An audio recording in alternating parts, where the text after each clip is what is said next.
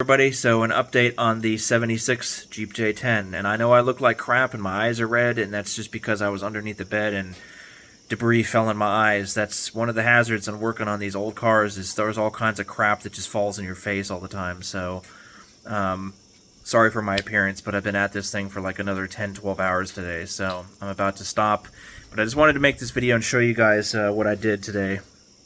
So as I promised, the last video was the last video with the bed floor off. So the bed floor is on now, and let me show you guys what I did and what I plan to do for a few things with the bed floor. So I'm going to start off with just showing you the bed floor on. I haven't welded it to the cross members yet, so I had to take the bed off 2 times today actually to do a couple measurements. And I had to weld the T-post, as I mentioned in prior videos, because I forgot to weld a T-post to the floor to support the floor in the front better. And so I did that. And this spot over here I want to show you. So if I can zoom in here.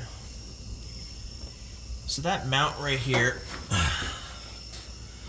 Remember the original, this is the original Dodge mount. Now remember I told you guys that the floor, it floats.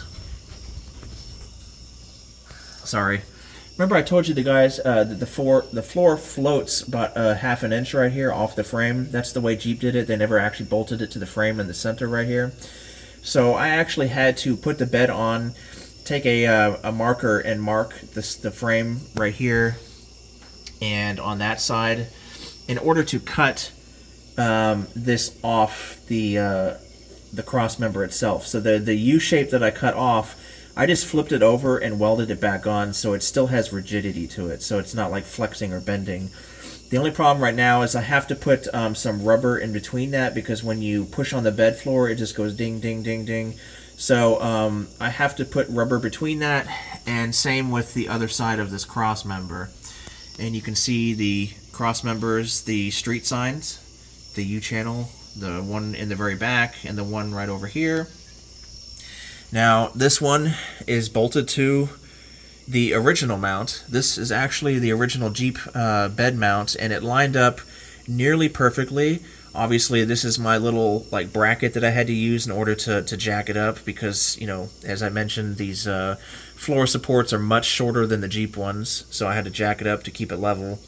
But it's bolted in with a I think it's like a 3/8 or 5/16 bolts. I can't remember. It uses a 14mm socket though, so if you're good with bolts, then you can tell me what kind of bolt it is. I forgot offhand, but it's a smaller bolt, but it's enough. As a matter of fact, Jeep used 2 of them right here. You can see a hole right there, and then the nut is still kind of in there. I was never able to get it out, so but they used 2 of them right here. So if they use that size bolt, then it's good enough for me. Now, this right here is the T-post that I said that I was going to weld to the bed right there, because I couldn't put the U-channel right here because the U-channel is 1.5 inches thick, and the gas tank actually has to be mounted right there. So let me flip this over so you guys can see this better, because I'm upside down and the video, I guess, is upside down. So the gas tank is going to be right there. And I can't put the U-channel there because it's going to be in the way of the gas tank. As a matter of fact, I hope this is not in the way of the gas tank. It should be okay. But this is just a regular old farm T-post. It's 3/16 thick. It's actually thicker than the U-channel and way thicker than this thin 20 gauge or 18 gauge Dodge cross member. You can't bend these T-posts. I don't care how much you weigh or how much force you put on them. They just don't bend. So that's the reason why I welded it right there. Sorry, there's all kinds of crap getting in my eye. So that's the reason why I welded it right there, because it needs support. There's a cross member right here, and then there's one way over there, and without that support, this floor would just completely bend. So what I did for the mounts for this, and I know this looks like some weird ghetto, like rigged whatever, but it's the same thing that Jeep did. They just have 2 of them, one right there, one right here.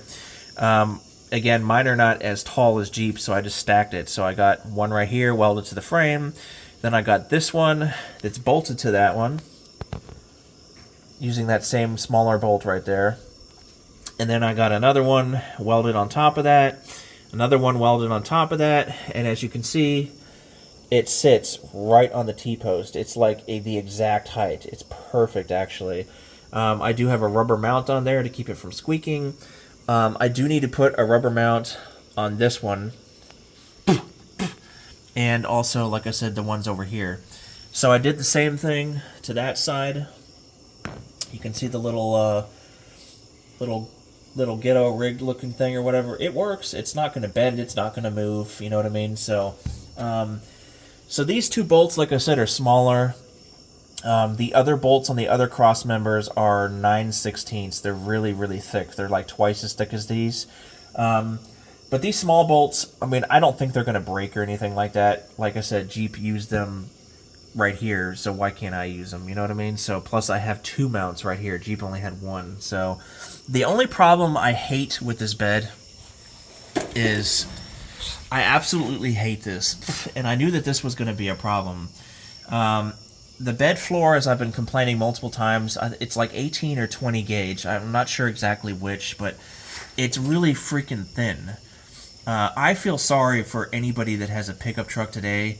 I know the bed floors are really, really, really thin, and they dent really easily. And that's no exception with this thing. This thing is so thin. When I stand on the bed, and I'm a big guy, I'm 300 pounds, so, you know, that doesn't help. But when I stand between this cross member right here and that cross member in between them, the floor, it starts to flex and it starts to bend down a little bit. So I'm not happy with that. So when I walk on the bed, I have to look at the welds and I have to make sure I'm walking on the cross members because I don't want to like bend my floor and make it look like crap. You know what I mean? So, and they're all spaced 19 inches apart. So the one in the back there is 19 inches to that one. This one is 19 inches to that one, and then so forth. The only ones that are closer is this support and that T-post are 15 inches, and then the T-post to the cross member back there is, I think, like 16 or 17 inches. So I think what I'm going to do, and I'll do this later, I'm not going to do it right now, but I think what I'm going to do is I'm going to take T-posts, because I have a bunch of them, and I'm just going to weld them just like I did right here. And I'm going to weld one right there, and then I'm going to weld one in between those two, and then weld one in between those two. They don't need to be supported on the frame.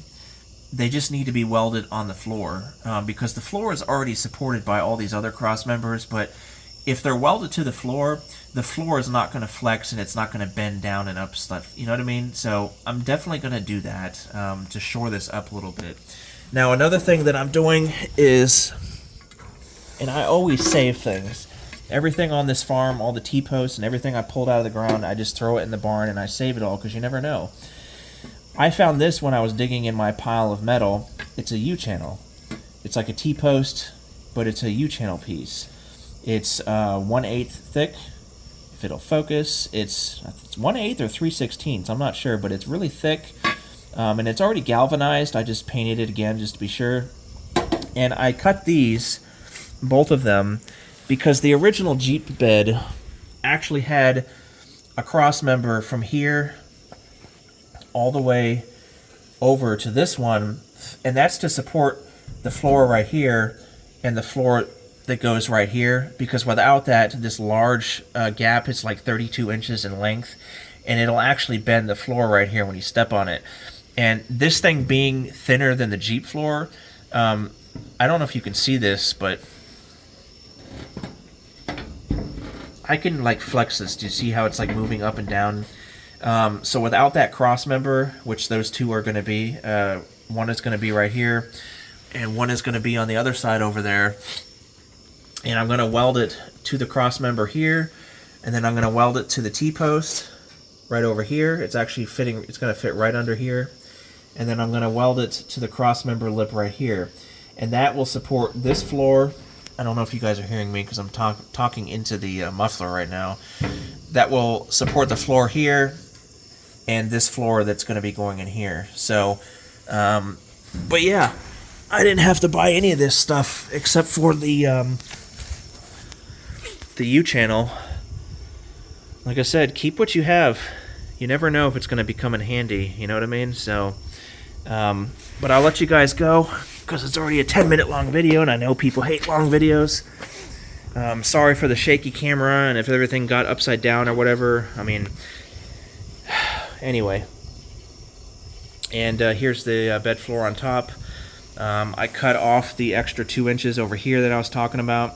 It looks like it's uneven, but it's actually because somebody pushed something into this head panel, and it actually needs to be pulled in. It's bent, and then I just need to weld the floors in.